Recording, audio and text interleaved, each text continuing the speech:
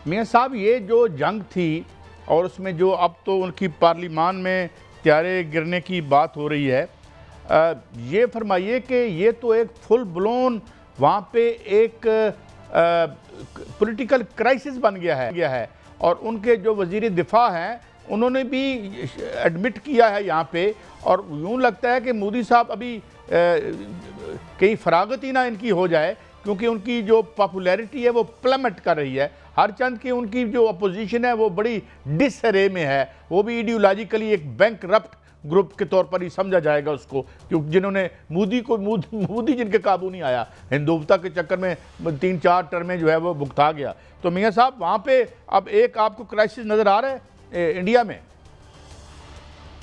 काजी साहब, मुझे मोदी साहब जो हैं वो एक महीना रहते हुए नज़र आ रहे हैं कि उनके पास एक महीना है, वो है अगस्त का। सितंबर में मुझे मोदी साहब की हुकूमत नज़र नहीं आ रही, क्योंकि मोदी साहब जो हैं वो घेरे जा चुके हैं। ना सिर्फ अपनी जो उनकी अपोजिशन है उन्होंने उसको घेर लिया है, बिहार का इलेक्शन वो बुरी तरह हार रहे हैं, और वहाँ पर जितनी भी पार्टीज़ हैं, वहाँ पर जितने अवाम हैं, वो मोदी जी के जितने पॉलिसीज़ हैं उनके भी खिलाफ हैं।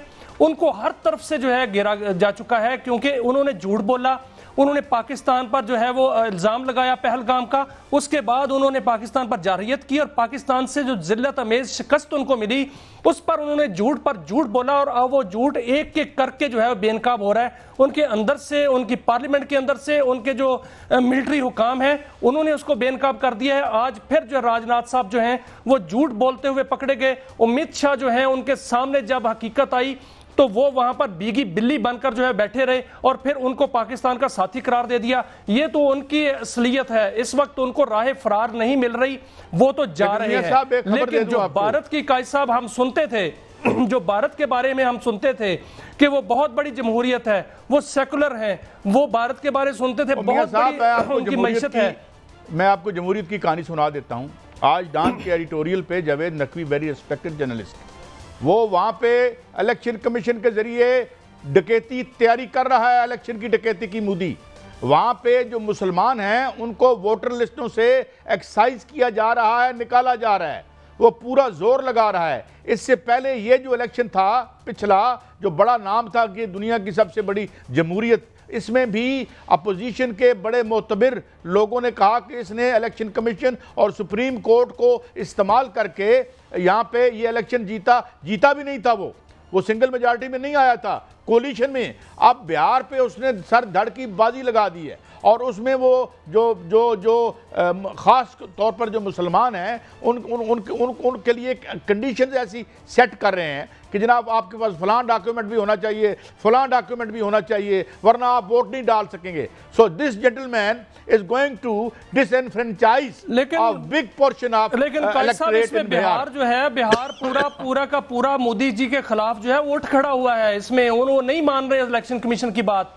वहां पर जो अपोजिशन है और जो इनकी अपनी पार्टी के जो वहां पर नेता हैं वो भी इनकी बात नहीं मान रहे हैं। वो कहते हैं कि अगर उन्होंने इलेक्शन कमीशन में इस तरह के डॉक्यूमेंट्स मांगने थे तो 6 माह पहले मांगते। ये तो मोदी जी की चाल चलने वाली नहीं है। लेकिन मुझे खालिस्तान बनता हुआ नजर आ रहा है। सदर ट्रंप ने जो खत लिखा है आज, उसमें बाकायदा तौर पर नजर आ रहा है कि खालिस्तान बने ही बने, और जो इंटरनेशनल रिपोर्ट्स आ रही हैं वो बड़ी खतरनाक आ रही हैं इंडिया के बारे में। मेरे पास कुछ इसके बारे में कुछ पॉइंट्स हैं, मैं आपके सामने रखता हूं कि लिखा गया है उस जो रिपोर्ट्स हैं उसमें लिखा गया है कि दुनिया में सबसे ज्यादा गरीब इंडिया में पाए जाते हैं, और दुनिया में सबसे ज्यादा अनपढ़ इंडिया में पाए जाते हैं, दुनिया में सबसे ज्यादा बेरोजगार इंडिया में पाए जाते हैं। यह भी लिखा गया है कि 70% आबादी के पास बैतुल खला नहीं है, और उसमें लिखा गया है कि सबसे ज्यादा जिस्मानी अजाब बेचने वाले वो इंडिया में पाए जाते हैं, और जो फुटपाथ पर पूरे खानदान की तादाद है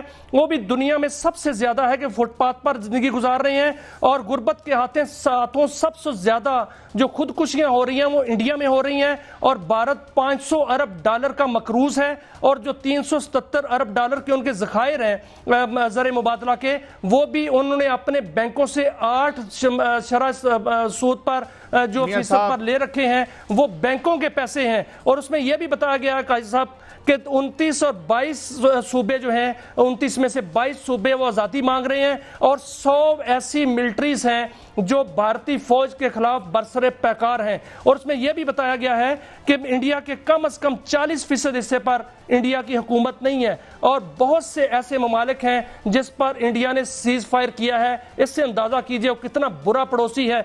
और यह भी उसमें बताया गया है कि इंडिया में भारत में एड्स जो है वो सबसे फैल रही है, वो सबसे ज्यादा दुनिया में जो रेशो है वो इंडिया में है। काजी साहब, ये है भारत की हकीकत। भारत की हकीकत तो मोदी ने 11 साल में ये भारत को इस नहज पर पहुंचाया। काजी साहब, मियां साहब देखें, पहले सेकुलरिज्म का ड्रामा चलाया, वो फारूक हो गया।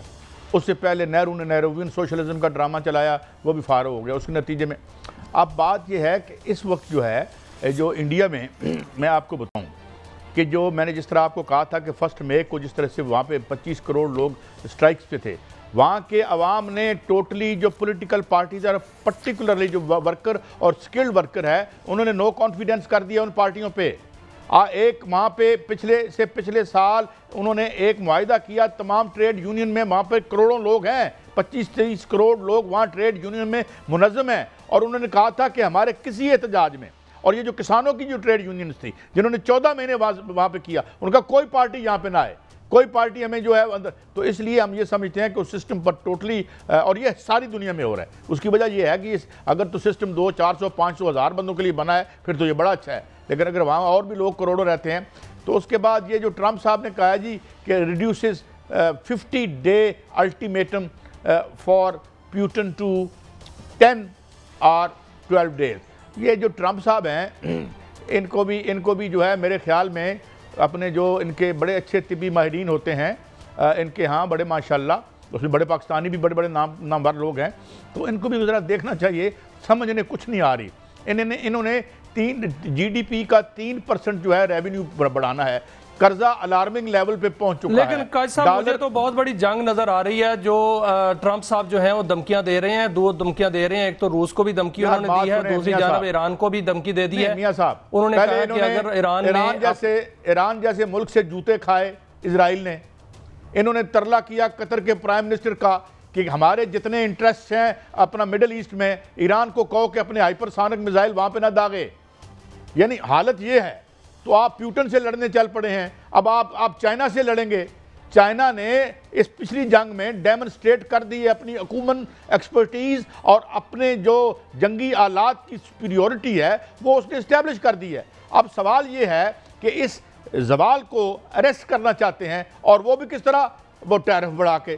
टैरिफ ने अमरीकी अवाम का मजीद बुरकस निकाल देना है, वही सारे टैरिफ की जो कीमत है वो अमरीकी अवाम देंगे, मसूख के पास कुछ नहीं है। लेकिन काजी साहब देखें, मुझे तो लग रहा है कि एक बहुत बड़ी जंग जो है वो नजर आ रही है, क्योंकि एक जानिब जो है वो ट्रंप साहब ये कह रहे हैं कि 6 बड़ी जंगें मैंने रुकवाई हैं, दूसरी जानिब वो धमकियां दे रहे हैं। ईरान को भी उन्होंने धमकी दी है, उन्होंने कहा कि ईरान ने अगर अपना जौहरी प्रोग्राम जो है तर्क ना किया तो हम एक चुटकी में उस पर जो है हमला कर देंगे, उसको तबाह कर देंगे। इसराइल जो है वो भी धमकी दे रहा है। तीसरी जानब आप देखें कि रशिया को भी धमकी दी जा चुकी है। तो ये अगर हमला होता है ईरान पर, तो ईरान के वजीर खारजा ने कहा कि हम बहुत सरप्राइज देंगे, बहुत बड़ा, और इतना बड़ा नुकसान देंगे जिसको छुपाया नहीं जा सकेगा। मियां साहब, प्रोग्राम हम खात्मे की तरफ लेके जा रहे हैं, लेकिन जंग और है। वो जंग ये है कि इजराइल के इशू पे अवाम खड़े हो गए हैं, वेस्ट के और मगरब के जो लोग हैं वो खड़े हो गए हैं। इस तरह इजराइल जो है वो हमारे यहाँ भी इंसर्जेंसी की ज़ाहिर है अमेरिका के साथ हैंड इन ग्लव है, बलूचिस्तान और ये जहाँ पे सारी मुदाखलत करते हैं। मगर सबसे बड़ा जो आप इजराइल की बात कर रहे हैं, इजराइल जो है वो तो हर तरफ बदमस्त हाथी की तरह जो है बढ़ रहा है। इजराइल और जो हिंदुओं का गठजोड़ है मोदी का, वो तो बलूचिस्तान के अंदर जितनी भी अनरेस्ट पैदा कर रहा है वो इजराइल का खुरा वहां पकड़ा गया है। काजी साहब, अल-जज़ीरा की रिपोर्ट आई है, उन्होंने ये बताया है कि इजराइल जो बलूचिस्तान के अंदर BLA के साथ गठजोड़ में मुलव्वस है, वहां पर वो सिर्फ फितनतुल हिंदुस्तान नहीं है बल्कि वो साथ साथ फितनतुल इजराइल भी बन चुके हैं। मैं एक आपको बात बता दूं, मैं इसी पे अपना प्रोग्राम क्लोज करता हूं कि we will see in days to come, बहुत जल्दी हम देख रहे हैं कि जनाब यूरोप के जो अवाम है वो अलग पेज पे हो गए हैं और हुकूमतें अलग हो गई हैं।